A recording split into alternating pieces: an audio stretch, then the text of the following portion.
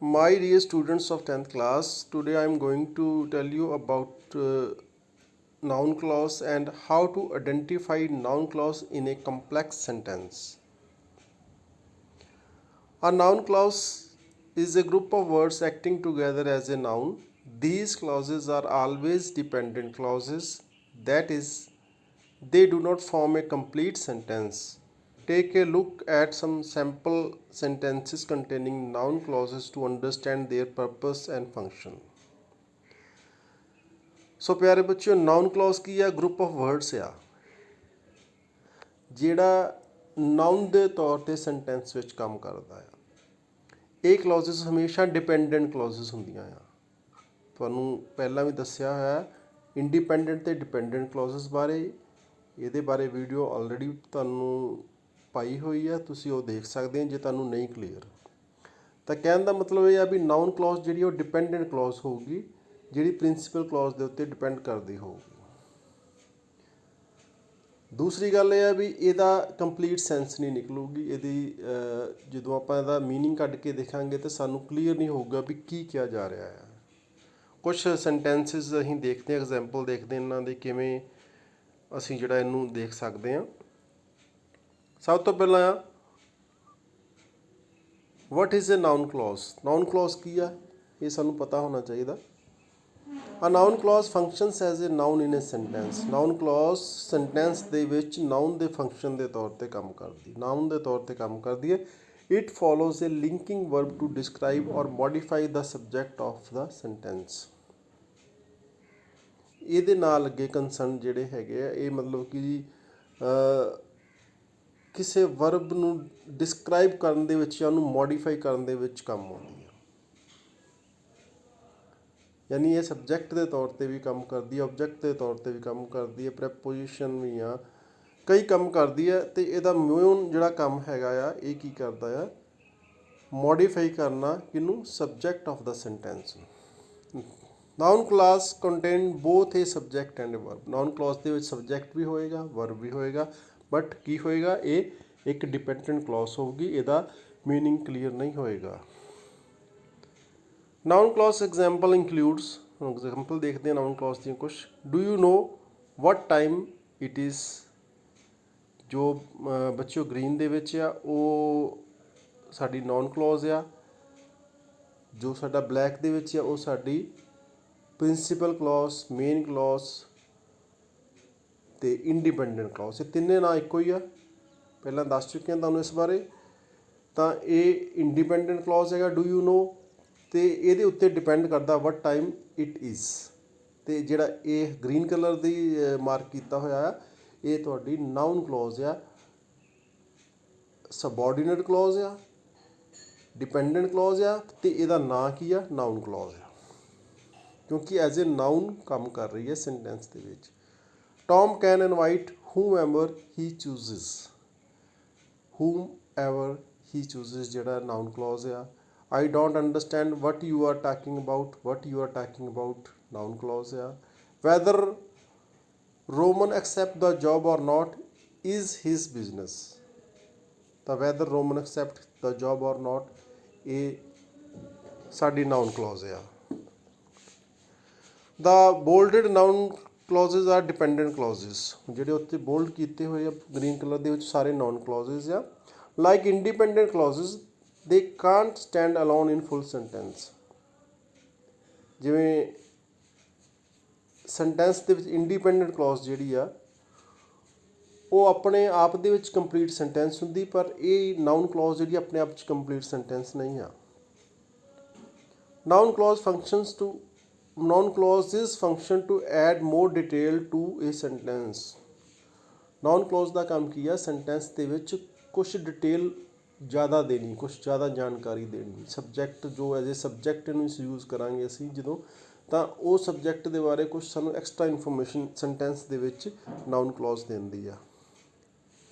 If you are not sure whether a clause is a noun clause try replacing it with other nouns or pronouns. ਜੇ ਤੁਹਾਨੂੰ ਨਹੀਂ ਪਤਾ ਲੱਗਦਾ ਵੀ ਇਹ ਨਾउन clause ਆ ਜਾਂ ਕੋਈ ਹੋਰ ਕਲੌਜ਼ ਆ, ਤਾਂ ਤੁਸੀਂ ਕੀ ਕਰਨਾ ਆ, ਜਿੱਥੇ ਨਾउन ਕਲੌਜ਼, ਜਿੱਥੇ ਤੁਸੀਂ ਡਿਪੈਂਡੈਂਟ ਕਲੌਜ਼ ਲੱਭ ਲਈ ਆ ਉਸ ਡਿਪੈਂਡੈਂਟ ਕਲੌਜ਼ ਨੂੰ ਤੁਸੀਂ ਇਟ ਦੇ ਨਾਲ ਜਾਂ ਯੂ ਦੇ ਨਾਲ ਜਾਂ ਕਿਸੇ ਪ੍ਰਨਾਊਨ ਜਾਂ ਨਾਊਨ ਦੇ ਨਾਲ ਚੇਂਜ ਕਰਕੇ ਦੇਖਣਾ ਆ। ਕਿਵੇਂ ਦੇਖਦੇ ਆਪਾਂ, ਦੇਖੋ ਸੈਂਟੈਂਸ ਜੋ ਪਹਿਲਾਂ ਆਪਾਂ ਕੀਤੇ ਸੀਗੇ ਐਗਜ਼ਾਮਪਲ ਉਹਨਾਂ ਨੂੰ ਦੇਖਦੇ ਹਾਂ। Do you know what time it is. ਹੁਣ ਵਟ ਟਾਈਮ ਇਟ ਇਜ਼ ਜਿਹੜਾ ਆ ਇਹ ਨਾਊਨ ਕਲੌਜ਼ ਆ। ਜੇਕਰ ਸਾਨੂੰ ਨਹੀਂ ਸ਼ਿਓਰ ਹੈਗਾ ਵੀ ਇਹ ਨਾਊਨ ਕਲੌਜ਼ ਆ ਤਾਂ ਅਸੀਂ ਇਹਦੀ ਥਾਂ 'ਤੇ ਕੋਈ ਪ੍ਰੋਨਾਊਨ ਲਾ ਕੇ ਦੇਖਣਾ। ਦੇਖੋ ਇਟ ਲਾ ਕੇ ਦੇਖਿਆ, do you know it, sentence the sense ਨਿਕਲ ਰਹੀ ਆ।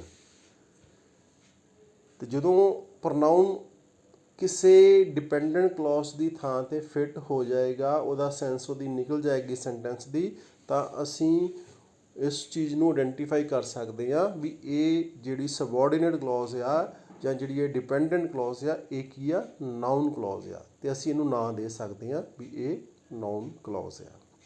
ਇੱਦਾਂ ਹੀ ਆ, Tom can invite whomever he chooses. Whomever he choose ਦੀ ਥਾਂ 'ਤੇ ਅਸੀਂ ਹਰ ਲਾਇਆ, ਠੀਕ ਹੈ ਨਾ। ਹਰ ਲਾ ਕੇ ਟੌਮ ਕੈਨ ਇਨਵਾਈਟ ਹਰ, ਤਾਂ ਸੈਂਟੈਂਸ ਦੀ ਸੈਂਸ ਨਿਕਲ ਗਈ ਆ ਸਾਨੂੰ। ਫਰਕ ਬਸ ਇਹ ਆ ਵੀ ਨਾਊਨ ਕਲੌਜ਼ ਜਦੋਂ ਅਸੀਂ ਯੂਜ਼ ਕਰਦੇ ਹਾਂ ਤਾਂ ਉਹ ਸਾਨੂੰ ਐਕਸਟਰਾ ਇਨਫੋਰਮੇਸ਼ਨ ਦਿੰਦਾ ਆ ਸਬਜੈਕਟ ਦੇ ਬਾਰੇ ਜਾਂ ਆਬਜੈਕਟ ਦੇ ਬਾਰੇ। I don't understand what you are talking about. What you are talking about noun clause ਆ, ਉਹਦੀ ਥਾਂ 'ਤੇ ਅਸੀਂ ਪ੍ਰੋਨਾਊਨ ਲਾਇਆ ਹਿਮ। ਹਿਮ ਲਾ ਕੇ ਵੀ ਸਾਡਾ ਸੈਂਟੈਂਸ ਬਣ ਜਾਂਦਾ, ਆਈ ਡੋਂਟ ਅੰਡਰਸਟੈਂਡ ਹਿਮ, ਮੈਂ ਉਹਨੂੰ ਸਮਝ ਨਹੀਂ ਸਕਦਾ, ਤਾਂ ਸਾਡੀ ਸੈਂਸ ਨਿਕਲ ਰਹੀ ਹੈ। ਤਾਂ ਅਸੀਂ ਇਸ ਗੱਲ ਤੋਂ ਅੰਦਾਜ਼ਾ ਲਾ ਸਕਦੇ ਹਾਂ ਵੀ ਇਹ ਜਿਹੜੀ ਨਾਊਨ ਕਲੌਜ਼ ਹੈ। ਵੈਦਰ ਰੋਮਨ ਅਸੈਪਟ ਦਾ ਜੋਬ ਔਰ ਨੋਟ ਇਜ਼ ਹਿਜ਼ ਬਿਜ਼ਨਸ। ਹੁਣ ਦੇਖੋ ਜਿਹੜਾ ਗ੍ਰੀਨ ਕਲਰ ਦਾ ਇਹ ਸਾਰਾ ਨਾਊਨ ਕਲੌਜ਼ ਆ, ਆਪਾਂ ਉਹਨੂੰ ਚੇਂਜ ਕੀਤਾ ਆ ਕਿਹਦੇ ਨਾਲ, ਇਟ ਦੇ ਨਾਲ।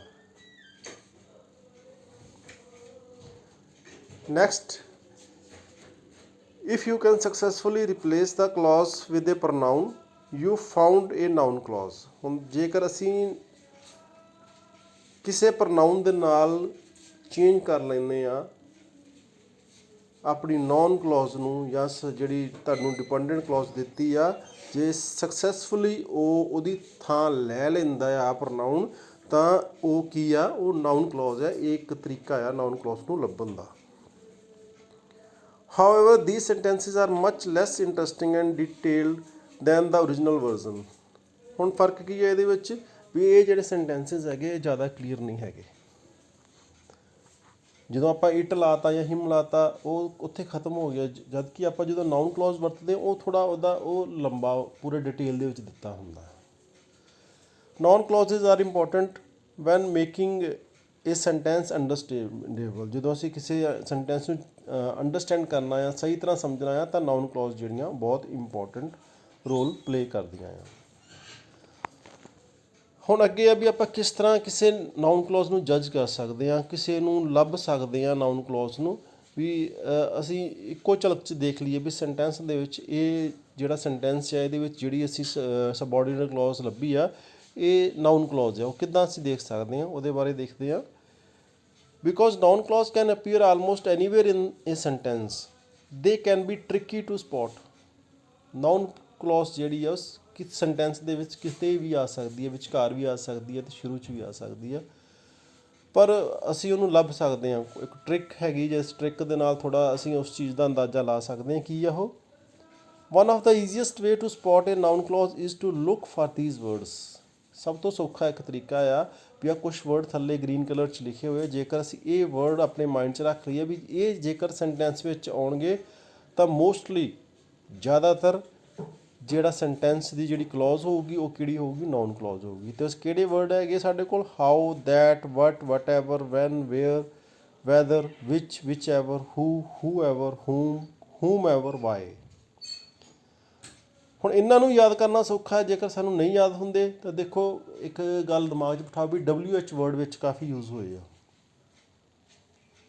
ਸਾਰੇ WH ਵਰਡ ਹੈਗੇ ਆ ਹਾਊ ਦੈਟ ਨੂੰ ਛੱਡ ਕੇ, ਤਾਂ ਇਹ ਵੀ ਤੁਹਾਨੂੰ ਯਾਦ ਹੋ ਸਕਦੇ ਵੀ ਜੇਕਰ ਸੈਂਟੈਂਸ ਦੇ ਵਿੱਚ ਇਹ ਆਉਂਦੇ ਆ ਤਾਂ ਅਸੀਂ ਜਿਹੜਾ ਇਸ ਗੱਲ ਦਾ ਅੰਦਾਜ਼ਾ ਲਾ ਸਕਦੇ ਹਾਂ, ਇਸ ਚੀਜ਼ ਨੂੰ ਸਪੋਟ ਕਰ ਸਕਦੇ, ਇਸ ਚੀਜ਼ ਨੂੰ ਲੱਭ ਸਕਦੇ ਹਾਂ ਵੀ ਇਹ ਸੈਂਟੈਂਸ ਦੇ ਵਿੱਚ ਜੋ ਕਲੌਜ਼ ਯੂਜ਼ ਕੀਤੀ ਗਈ ਹੈ, ਜੋ ਡਿਪੈਂਡੈਂਟ ਕਲੌਜ਼ ਯੂਜ਼ ਕੀਤੀ ਗਈ ਆ, ਉਹ ਨਾਊਨ ਕਲੌਜ਼ ਹੈ।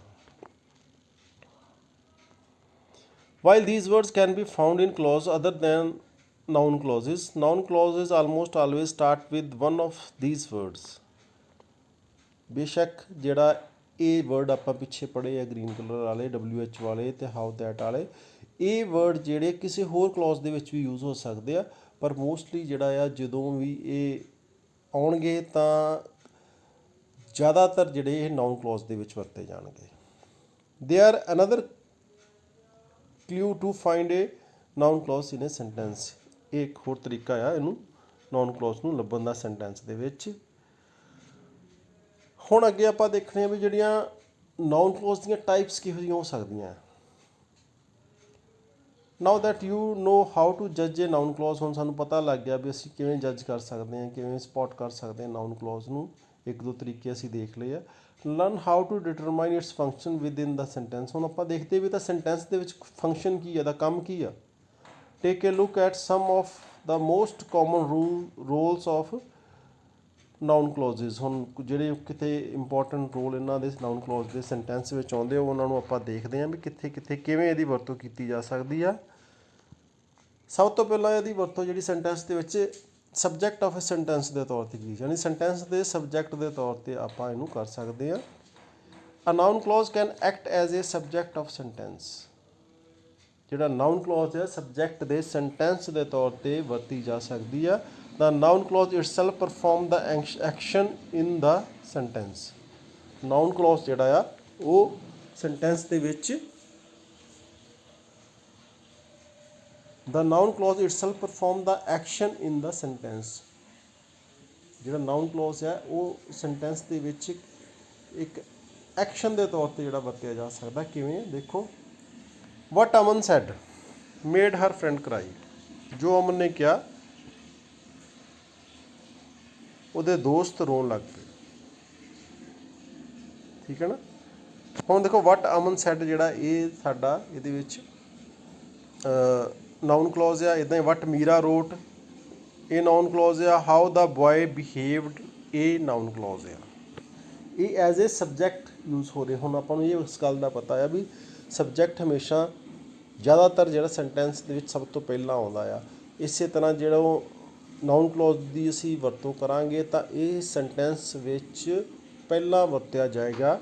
ਜਦੋਂ ਅਸੀਂ ਨਾउन ਕਲੌਜ਼ ਨੂੰ ਕਿਸੇ ਕੰਪਲੈਕਸ ਸੈਂਟੈਂਸ ਵਿੱਚ ਯੂਜ਼ ਕਰਾਂਗੇ ਦੇਖਾਂਗੇ ਤਾਂ ਇਹ ਐਜ਼ ਏ ਸਬਜੈਕਟ ਪਹਿਲਾਂ ਆਏਗਾ। It is easy to assume that Aman, Meera and the boy are the subject of these sentences. ਦੇਖਿਆ ਸਾਨੂੰ ਪਤਾ ਲੱਗ ਜਾਂਦਾ ਵੀ ਇਹ ਐਜ਼ ਏ ਸਬਜੈਕਟ ਵਰਤੇ ਜਾ ਰਹੇ ਆ। ਅਮਨ, ਮੀਰਾ ਅਤੇ ਬॉय ਤਿੰਨ ਸੈਂਟੈਂਸ ਆਪਾਂ ਕੀਤੇ, but they are not quite correct. ਪਰ ਇਹ ਸਹੀ ਨਹੀਂ ਹੈਗੇ ਜ਼ਿਆਦਾ। Ask yourself the question to find the noun clause. ਆਪਣੇ ਆਪ ਨੂੰ ਅਸੀਂ ਇੱਕ ਕੁਐਸਚਨ ਕਰਨਾ ਆ, ਜੇਕਰ ਅਸੀਂ ਫਾਈਂਡ ਕਰਨਾ ਵੀ ਇਹਦੇ ਵਿੱਚ ਨਾउन ਕਲੌਜ਼ ਕੀ ਹੈਗੀ। ਇਹ ਤਾਂ ਚਲੋ ਅਸੀਂ ਪਹਿਲਾਂ ਹੀ ਮਾਰਕ ਕੀਤਾ ਹੋਇਆ ਨਾ ਵੀ ਗ੍ਰੀਨ ਕਲਰ ਦੇ ਵਿੱਚ ਵੀ ਇਹ ਨਾउन ਕਲੌਜ਼। ਮੰਨ ਲਓ ਸਾਨੂੰ ਨਹੀਂ ਪਤਾ ਵੀ ਇਹ ਨਾउन ਕਲੌਜ਼ ਵਿੱਚ ਕਿਹੜੀ ਹੈਗੀ ਤਾਂ ਕਿਵੇਂ ਫਾਈਂਡ ਕਰਾਂਗੇ। ਵਟ ਮੇਡ ਹਰ ਫਰੈਂਡਸ ਕਰਾਈ। ਇੱਕ ਵਰਡ ਯਾਦ ਰੱਖੋ, ਵਟ ਦਾ ਮਤਲਬ ਹੁੰਦਾ ਕੀ। ਕਿਸ ਗੱਲ ਨਾਲ ਉਹਦੇ ਦੋਸਤ ਜਿਹੜੇ ਕਿਉਂ ਰੋਣ ਲੱਗ ਪਏ, ਕਿਹੜੀ ਗੱਲ ਨਾਲ। ਵਟ ਵਰਡ ਜਿਹੜਾ ਆ ਨਾउन ਕਲੌਜ਼ ਨੂੰ ਆਇਡੈਂਟੀਫਾਈ ਕਰਨ ਦੇ ਲਈ ਬਹੁਤ ਇੰਪੋਰਟੈਂਟ ਆ। ਜਿੱਥੇ ਵੀ ਤੁਸੀਂ ਪ੍ਰਿੰਸੀਪਲ ਕਲੌਜ਼ ਦੇ ਨਾਲ ਵਟ ਲਾ ਦੋਗੇ ਨਾ ਅਤੇ ਤੁਹਾਨੂੰ ਜੇਕਰ ਆਨਸਰ ਉਹਦਾ ਮਿਲੇਗਾ ਤਾਂ ਉਹ ਨਾउन ਕਲੌਜ਼ ਹੈਗਾ। What surprised her family. What was not very polite. ਠੀਕ ਹੈ, ਯਾਨੀ ਕਹਿਣ ਦਾ ਮਤਲਬ ਆ, ਤੁਸੀਂ ਦੇਖੋ ਜੇਕਰ ਆਪਾਂ ਸੈਂਟੈਂਸ ਦੁਬਾਰਾ ਪਿਛਲਾ ਦੇਖਦੇ ਹਾਂ। ਹੁਣ ਆ ਵਟ ਅਮਨ ਸੈਡ ਜਿਹੜਾ ਇਹ ਨਾउन ਕਲੌਜ਼ ਆ, ਆਪਾਂ ਇਹਦੀ ਸਾਰੀ ਦੀ ਥਾਂ 'ਤੇ ਸਿਰਫ ਵਟ ਹੀ ਲਾਉਣਾ। ਸਾਨੂੰ ਜਦੋਂ ਪ੍ਰਿੰਸੀਪਲ ਕਲੌਜ਼ ਵਿੱਚੋਂ ਲੱਭ ਜਾਂਦੀ ਆ ਉਹਦੇ ਨਾਲ ਅਸੀਂ ਕੁਐਸਚਨ ਲਾਵਾਂਗੇ ਕੀ।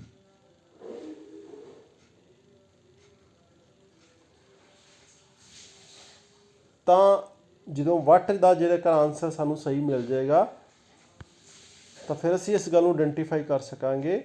ਹੁਣ ਦੇਖੋ ਵਟ ਦਾ ਆਨਸਰ ਕੀ ਆ, ਵਟ ਅਮਨ ਸੈਡ ਜੋ ਅਮਨ ਨੇ ਕਿਹਾ।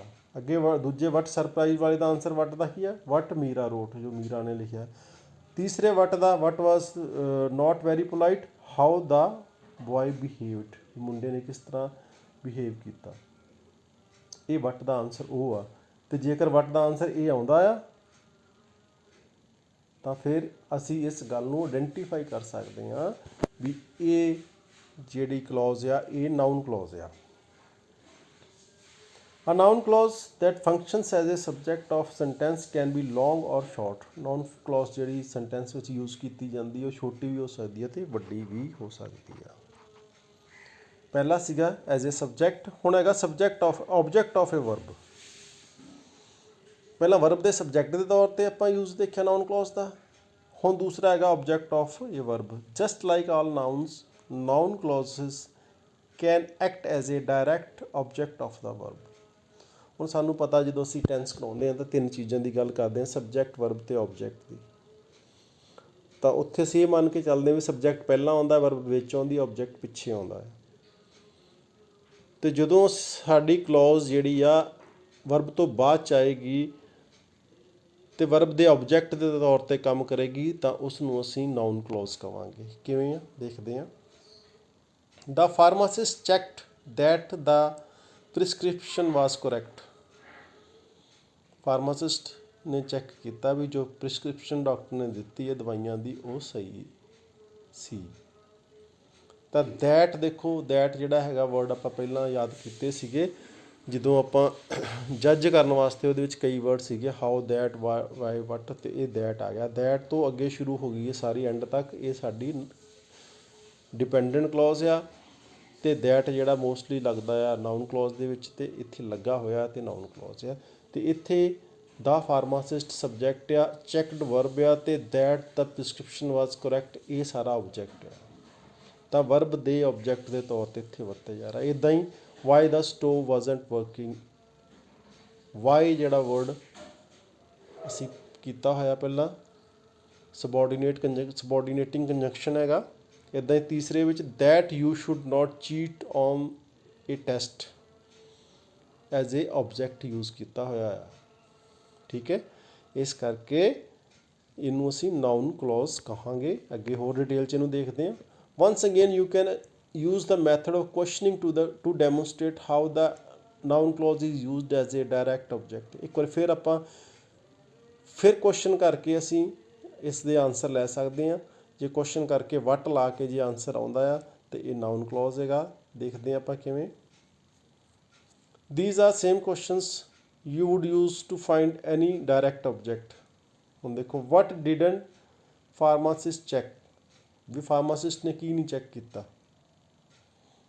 ਕੀ ਨਹੀਂ ਚੈੱਕ ਕੀਤਾ, ਕੀ ਦੇਖੋ ਵਟ ਦਾ ਆਨਸਰ ਹੈ ਕੀ। ਹੁਣ ਅਸੀਂ ਕਿੱਥੇ ਲਾਉਣਾ ਕੀ, ਦੇਖੋ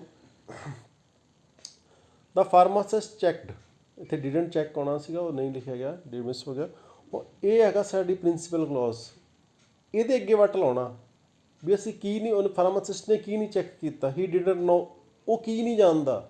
ਦੇ ਨਾਓ ਅੰਡਰਸਟੈਂਡ, ਉਹ ਕੀ ਨਹੀਂ ਜਾਣਦਾ ਸੀ।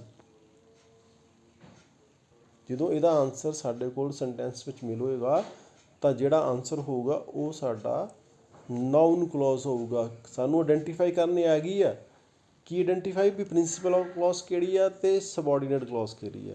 ਹੁਣ ਸਬੋਰਡੀਨੇਟ ਕਲੌਜ਼ ਨੂੰ ਜਦੋਂ ਅਸੀਂ ਕੋਈ ਨਾਂ ਦੇਣਾ ਆ ਤਾਂ ਕੀ ਉਹ ਨਾउन ਕਲੌਜ਼ ਆ, ਕੀ ਉਹ ਐਡਵਰਬ ਕਲੌਜ਼ ਆ, ਕੀ ਉਹ ਐਡਜੈਕਟਿਵ ਕਲੌਜ਼ ਆ, ਇਹ ਥੋੜ੍ਹਾ ਔਖਾ ਕੰਮ ਆ। ਤੇ ਜਦੋਂ ਅਸੀਂ ਪ੍ਰਿੰਸੀਪਲ ਕਲੌਜ਼ ਨੂੰ ਕੁਐਸਚਨ ਕਰਾਂਗੇ ਵਟ, ਤਾਂ ਜੇਕਰ ਉਹਦਾ ਆਨਸਰ ਜੋ ਸਾਡੇ ਸੈਂਟੈਂਸ ਵਿੱਚ ਹੈਗਾ ਉਹੀ ਆਉਂਦਾ ਆ ਤਾਂ ਉਹ ਨਾउन ਕਲੌਜ਼ ਆ। ਠੀਕ ਹੈ ਨਾ। ਦੇਖੋ what didn't pharmacist checked that the prescription was correct, answer ਆ ਗਿਆ। ਵਟ ਡਿਡਨਟ ਹੀ ਨੋ, ਉਹ ਕੀ ਨਹੀਂ ਜਾਣਦਾ। Why the stove wasn't working, what do they understand, ਉਹ ਕੀ ਸਮਝ ਗਏ। That you should not cheat on test, ਵੀ ਤੁਹਾਨੂੰ ਟੈਸਟ ਵਿੱਚ ਚੀਟ ਨਹੀਂ ਕਰਨਾ ਚਾਹੀਦਾ। ਯਾਨੀ ਅਸੀਂ ਕੁਐਸਚਨ ਕਰਨਾ ਆ ਪ੍ਰਿੰਸੀਪਲ ਕਲੌਜ਼ ਨੂੰ ਵਟ ਜਾਂ ਕੀ, ਉਹਦੇ ਨਾਲ ਕੀ ਲਾਉਣਾ ਆ। ਜੇਕਰ ਉਹਦਾ ਆਨਸਰ ਜੋ ਤੁਹਾਡੇ ਸੈਂਟੈਂਸ ਵਿੱਚ ਕਲੌਜ਼ ਦਿੱਤੀ ਉਹਦੇ ਨਾਲ ਮਿਲਦਾ ਆ, ਉਹਦੇ 'ਤੇ ਢੁਕਦਾ ਆ, ਆਉਂਦਾ ਆ, ਉਹੀ ਆਉਂਦਾ ਆ ਤਾਂ ਉਹ ਨਾउन ਕਲੌਜ਼ ਆ। ਇਸ ਗੱਲ ਨੂੰ ਯਾਦ ਰੱਖਣਾ ਆ ਆਪਾਂ। Try replacing each noun clause with the word it. ਹੁਣ ਆਪਾਂ ਕੋਸ਼ਿਸ਼ ਕਰਨੀ ਹੈ ਸਾਰੇ ਜੋ ਸੈਂਟੈਂਸ ਪਿੱਛੇ ਕੀਤੇ ਆ ਉਹਦੀ ਨਾउन ਕਲੌਜ਼ ਨੂੰ ਇਟ ਨਾਲ ਰਿਪਲੇਸ ਕਰਨ ਦੀ, ਯਾਨੀ ਪ੍ਰੋਨਾਊਨ ਨਾਲ ਅੱਗੇ ਵੀ ਆਪਾਂ ਗੱਲ ਕੀਤੀ ਹੈ। Each sentence still works because each direct object is a noun clause. ਸਾਰੇ ਕੰਮ ਕਰਨਗੇ ਕਿਉਂਕਿ ਸਾਰਿਆਂ ਦੇ ਵਿੱਚ ਜੋ ਆਬਜੈਕਟ ਯੂਜ਼ ਕੀਤਾ ਗਿਆ ਹੈ ਉਹ ਨਾउन ਕਲੌਜ਼ ਆ। ਹੁਣ ਦੇਖੋ the pharmacist checked that the prescription was correct, ਇਹ ਸੈਂਟੈਂਸ ਆ। ਦ ਫਾਰਮਾਸਿਸਟ ਚੈੱਕਡ, ਬਾਕੀ ਨਾਊਨ ਕਲੌਜ਼ ਦੀ ਥਾਂ 'ਤੇ ਅਸੀਂ ਇਟ ਲਾ ਤਾ ਵੀ ਫਾਰਮਾਸਿਸਟ ਨੇ ਚੈੱਕ ਕਰ ਲਿਆ, ਇਸ ਨੂੰ ਚੈੱਕ ਕਰ ਲਿਆ। ਅਤੇ ਇਹ ਸਾਡਾ ਸੈਂਟੈਂਸ ਪੂਰਾ ਬਣਦਾ ਪਿਆ ਆ। ਅਸੀਂ ਇਟ ਲਾ ਦਾਂਗੇ, ਜਦੋਂ ਅਸੀਂ ਇਟ ਲਾਉਂਦੇ ਹਾਂ ਤਾਂ ਇਹਦੀ ਸੈਂਸ ਨਿਕਲਦੀ ਪਈ ਆ ਜਿੱਥੇ ਆਬਜੈਕਟ ਲੱਗਾ ਹੋਇਆ ਆ। ਹੁਣ ਗੱਲ ਕਿਹੜੀ ਯਾਦ ਰੱਖਣ ਵਾਲੀ ਆ, ਤੁਸੀਂ ਇਹ ਗੱਲ ਯਾਦ ਰੱਖਣੀ ਆ, ਜਦੋਂ ਨਾਊਨ ਕਲੌਜ਼ ਨੂੰ ਐਜ਼ ਏ ਆਬਜੈਕਟ ਯੂਜ਼ ਕਰਾਂਗੇ ਅਤੇ ਉਹ ਜਿਹੜੀ ਨਾਊਨ ਕਲੌਜ਼ ਜਦੋਂ ਅਸੀਂ ਲੱਭ ਲਵਾਂਗੇ ਅਤੇ ਉਹਨੂੰ ਅਸੀਂ ਬਦਲਣਾ ਆ ਇਟ ਦੇ ਨਾਲ ਜਾਂ ਕਿਸੇ ਹੋਰ ਪ੍ਰੋਨਾਊਨ ਦੇ ਨਾਲ। ਅਤੇ ਜੇਕਰ ਉਹ ਪ੍ਰੋਨਾਊਨ ਨਾਲ ਚੇਂਜ ਹੋ ਜਾਂਦੀ ਆ, ਚੇਂਜ ਕਰਨ ਤੋਂ ਬਾਅਦ ਉਹਦੀ ਸੈਂਸ ਪੂਰੀ ਰਹਿੰਦੀ ਆ, ਸੈਂਸ ਬਦਲਦੀ ਨਹੀਂ, ਤਾਂ ਉਹ ਨਾਊਨ ਕਲੌਜ਼ ਆ। ਇੱਦਾਂ ਹੀ ਆ, ਹੀ ਡਿਡਨਟ ਨੋ ਇਟ, ਦੇ ਨਾਓ ਅੰਡਰਸਟੈਂਡ ਇਟ। ਅਸੀਂ ਐਡੀ ਵੱਡੀ ਕਲੌਜ਼, ਨਾਊਨ ਕਲੌਜ਼ ਸਾਰੀ ਸਿਰਫ ਇਟ ਨਾਲ ਚੇਂਜ ਕੀਤੀ ਆ ਅਤੇ ਉਹ ਚੇਂਜ ਹੋ ਗਈ ਆ। ਅਤੇ ਚੇਂਜ ਹੋ ਕੇ ਵੀ ਉਹਦੀ ਸੈਂਸ ਵਿੱਚ ਕੋਈ ਫਰਕ ਨਹੀਂ ਪਿਆ, ਅਰਥ ਸਾਰਾ ਨਿਕਲਿਆ। ਤਾਂ ਇਹ ਕੀ ਆ, ਇਹ ਨਾਊਨ ਕਲੌਜ਼ ਆ। ਇੱਕ ਟ੍ਰਿਕ ਹੈ ਇਹਨੂੰ ਯਾਦ ਕਰਨ ਦਾ। ਅੱਗੇ ਆ ਸਬਜੈਕਟ ਕੰਪਲੀਮੈਂਟ। ਤੀਸਰਾ ਜਿਹੜਾ ਉਹਦਾ ਨਾਊਨ ਕਲੌਜ਼ ਦਾ ਯੂਜ਼ ਹੈਗਾ ਐਜ਼ ਏ ਸਬਜੈਕਟ ਕੰਪਲੀਮੈਂਟ ਹੈ। ਹੁਣ ਕੰਪਲੀਮੈਂਟ ਤੋਂ ਆਪਾਂ ਕੀ ਭਾਵ ਲੈਂਦੇ ਹਾਂ? ਕੰਪਲੀਮੈਂਟ ਹੁੰਦਾ ਵੀ ਜਦੋਂ ਆਪਾਂ, ਜੇ ਸਾਨੂੰ ਕੋਈ ਬੰਦਾ ਜਿੰਨਾ ਕੋਈ ਬਹੁਤ ਸੋਹਣਾ ਆ, ਉਹਨੇ ਵਧੀਆ ਕੱਪੜੇ ਪਾਏ, ਅਸੀਂ ਉਹਨੂੰ ਕਹਿੰਦੇ ਵੀ ਤੇਰੇ ਡਰੈਸ ਬਹੁਤ ਵਧੀਆ ਨਾ, ਉਹ ਇੱਕ ਉਹਨੂੰ ਉਹਦੇ ਲਈ ਇੱਕ ਕੰਪਲੀਮੈਂਟ ਆ। ਇਸੇ ਚੀਜ਼ ਨੂੰ ਅਸੀਂ ਇਹਦੇ ਨਾਲ ਜੋੜ ਕੇ ਚੱਲਣਾ ਆ। ਯਾਨੀ ਸਬਜੈਕਟ ਹੈਗਾ ਆ, ਸਬਜੈਕਟ ਦੇ ਬਾਰੇ ਕੰਪਲੀਮੈਂਟ ਕੀਤਾ ਗਿਆ ਹੈ, ਉਹਨੂੰ ਹੋਰ ਮੋਡੀਫਾਈ ਕੀਤਾ ਗਿਆ ਹੈ। A noun clause can also serve as a subject complement. A subject complement modifies, describes or completes the subject of a clause.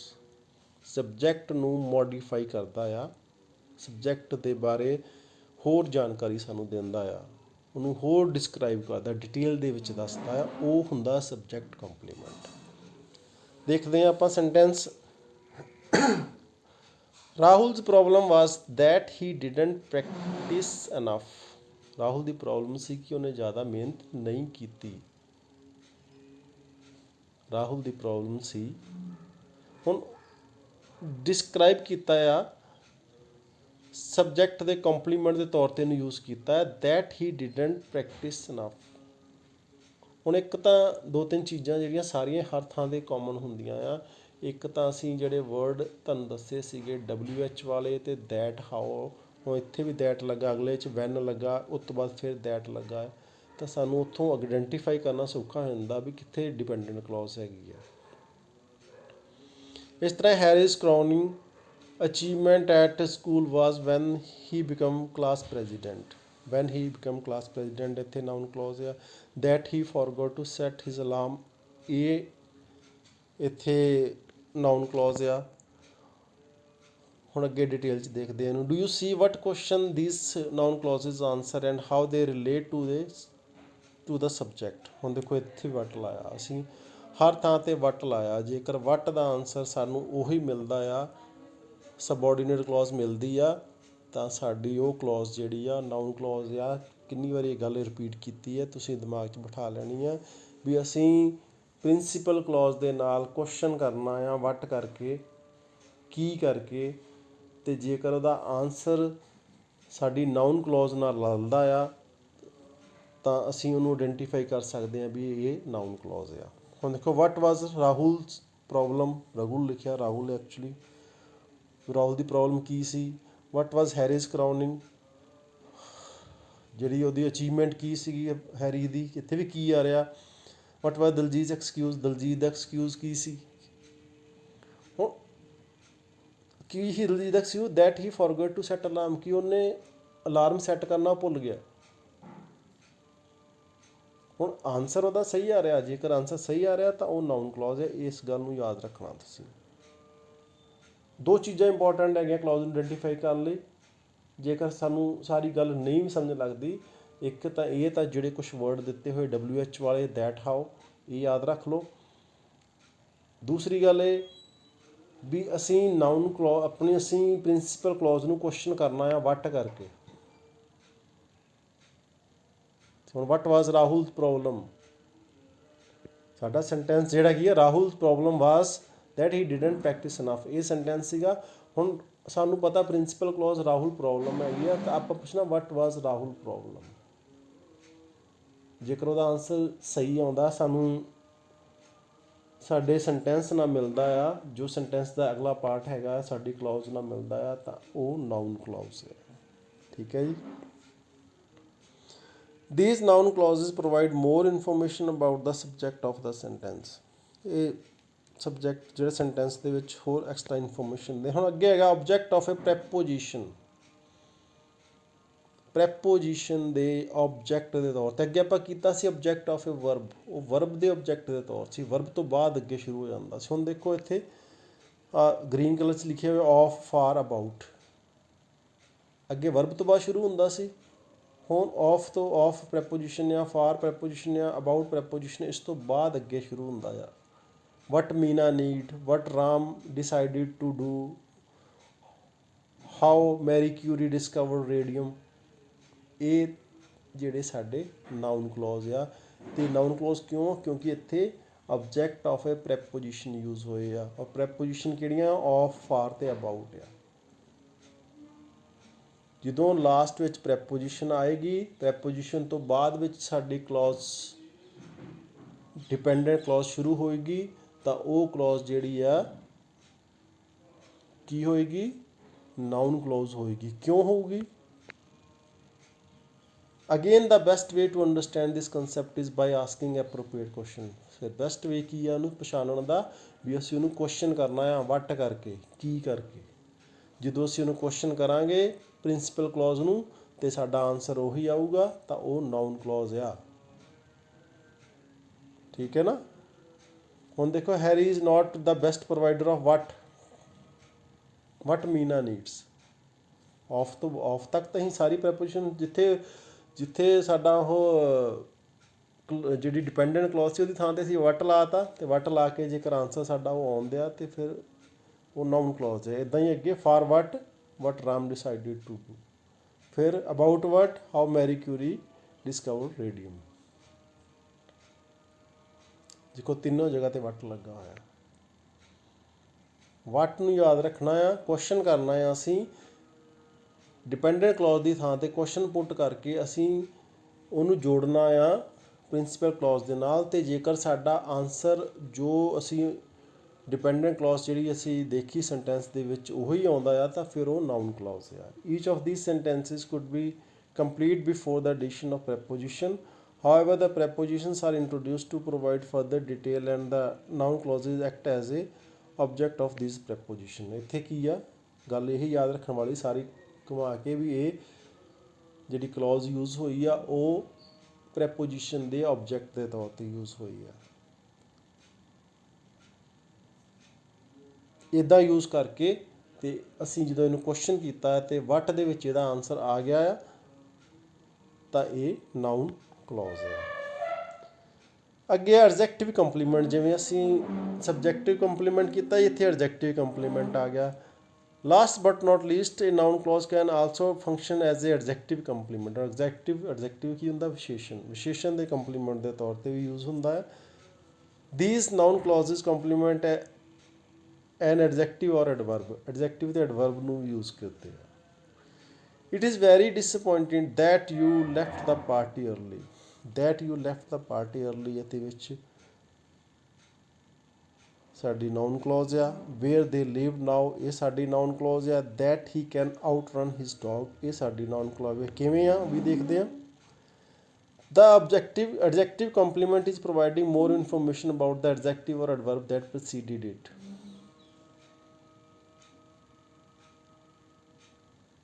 ਇਹਦੇ ਵਿੱਚ ਕੀ ਹੈ? ਐਡਜੈਕਟਿਵ ਜਾਂ ਐਡਵਰਬ ਦੇ ਬਾਰੇ ਐਕਸਟਰਾ ਇਨਫੋਰਮੇਸ਼ਨ ਦਿੱਤੀ ਜਾ ਰਹੀ ਹੈ।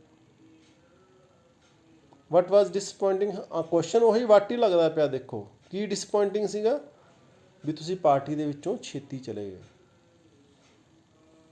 ਇੱਦਾਂ what are they happy about, where they live ਨਾਓ, ਉਹ ਕਿੱਥੇ ਰਹਿੰਦੇ। So similar to the example containing prepositions, each of these sentences could be complete after adjective. The adjective complement provide further detail, and in each of these instances these adjective complements are noun clauses. ਤਾਂ ਜਿਹੜੇ ਸਾਰੇ adjective compliments ਜਿਹੜੇ ਇਹਦੇ ਵਿੱਚ use ਕੀਤੇ ਗਏ ਆ, adjective ਜਾਂ ਐਡਵਰਬ ਦੇ ਕੰਪਲੀਮੈਂਟਸ ਯੂਜ਼ ਕੀਤੇ ਗਏ, ਉਹ ਸਾਰੇ ਨਾਊਨ ਕਲੌਜ਼ ਹੈ। ਜਦੋਂ ਅਸੀਂ ਉਹਨੂੰ ਕੁਐਸਚਨ ਕਰਾਂਗੇ ਵਟ ਦੇ ਨਾਲ, ਤੇ ਸਾਡਾ ਆਨਸਰ ਜੇਕਰ ਆ ਜਾਏਗਾ ਜੋ ਸੈਂਟੈਂਸ ਦੇ ਵਿੱਚ ਕਲੌਜ਼ ਦਿੱਤੀ ਗਈ ਆ, ਜੇ ਉਹੀ ਆਉਂਦਾ ਆ ਤਾਂ ਫਿਰ ਉਹ ਨਾਊਨ ਕਲੌਜ਼ ਹੈ। ਜੇਕਰ ਸਾਨੂੰ ਸਾਰੀ ਗੱਲ ਨੂੰ ਨਿਚੋੜ ਅਸੀਂ ਕੱਢਣਾ ਹੋਵੇ ਨਾ, ਤੇ ਨਾਊਨ ਕਲੌਜ਼ ਕੀ ਆ, ਨਾਊਨ ਕਲੌਜ਼ ਨੂੰ ਅਸੀਂ ਕਿਵੇਂ ਆਇਡੈਂਟੀਫਾਈ ਕਰ ਸਕਦੇ ਹਾਂ? ਤਾਂ ਦੋ ਬੈਸਟ ਵੇ ਆ, ਸਿਰਫ ਦੋ ਬੈਸਟ ਵੇ ਯਾਦ ਰੱਖਣ ਵਾਲੇ। ਇੱਕ ਤਾਂ ਇਹ ਆ ਵੀ ਜਿਹੜੇ ਕੁਛ ਸਬੋਰਡੀਨੇਟਿੰਗ ਕੰਜੰਕਸ਼ਨਸ ਆਪਾਂ ਕੀਤੇ ਸੀਗੇ WH ਵਰਡ ਵਾਲੇ, ਤੇ ਦੈਟ ਤੇ ਹਾਊ, ਇਹ ਯਾਦ ਰੱਖਣੇ ਆ। ਜੇ ਇਹ ਯਾਦ ਰਹਿ ਜਾਣ ਤੇ 70-80% ਜਿਹੜੇ ਸੈਂਟੈਂਸ ਆਉਣਗੇ ਮੋਸਟਲੀ, ਜੇਕਰ ਇਹਨਾਂ ਨਾਲ ਸ਼ੁਰੂ ਹੁੰਦੇ ਹੋਣਗੇ ਤਾਂ ਉਹ ਕਲੌਜ਼ ਜਿਹੜੀ ਆ ਉਹ ਸਾਡੀ ਨਾਊਨ ਕਲੌਜ਼ ਆ। ਦੂਸਰੀ ਗੱਲ ਆ, ਨਾਊਨ ਕਲੌਜ਼ ਦੀ ਥਾਂ 'ਤੇ ਅਸੀਂ ਵਟ ਕੁਐਸਚਨ ਲਾ ਕੇ ਪ੍ਰਿੰਸੀਪਲ ਕਲੌਜ਼ ਨਾਲ ਜੋੜ ਕੇ ਅਸੀਂ ਜੇਕਰ ਉਹਦਾ ਆਨਸਰ ਲੱਭਦੇ ਹਾਂ, ਅਤੇ ਜੇਕਰ ਉਹੀ ਆਨਸਰ ਜੇ ਸਾਡਾ ਸੈਂਟੈਂਸ ਦੇ ਵਿੱਚ ਜੋ ਕਲੌਜ਼ ਦਿੱਤੀ ਹੈ ਡਿਪੈਂਡੈਂਟ ਕਲੌਜ਼ ਉਹੀ ਆਉਂਦੀ ਆ, ਤਾਂ ਉਹ ਨਾਊਨ ਕਲੌਜ਼। ਇਹ ਦੋ ਚੀਜ਼ਾਂ ਦਿਮਾਗ 'ਚ ਬਿਠਾ ਲਈਏ। ਜੇਕਰ ਸਾਨੂੰ ਆਹ ਨਹੀਂ ਯਾਦ ਰਹਿੰਦਾ, ਸਬਜੈਕਟਿਵ ਕੰਪਲੀਮੈਂਟ ਜਾਂ ਆਬਜੈਕਟਿਵ ਕੰਪਲੀਮੈਂਟ ਜਾਂ ਸਬਜੈਕਟਿਵ ਵਰਬ, ਅਤੇ ਇਹ ਚੀਜ਼ਾਂ ਜੇ ਨਹੀਂ ਯਾਦ ਰਹਿੰਦੀਆਂ ਸਾਨੂੰ, ਅਤੇ ਉਹਦਾ ਨਿਚੋੜ ਅਸੀਂ ਇੱਦਾਂ ਕੱਢ ਕੇ ਅਸੀਂ ਉਹਦੇ ਵਿੱਚੋਂ ਆਇਡੈਂਟੀਫਾਈ ਕਰ ਸਕਦੇ ਹਾਂ ਵੀ ਨਾਊਨ ਕਲੌਜ਼ ਕੀ ਹੈਗੀ ਆ। ਸੋ ਬੱਚਿਓ, ਆਸ ਹੈ ਵੀ ਤੁਹਾਨੂੰ ਟੌਪਿਕ ਸਮਝ ਲੱਗ ਗਿਆ ਹੋਵੇਗਾ। ਧੰਨਵਾਦ।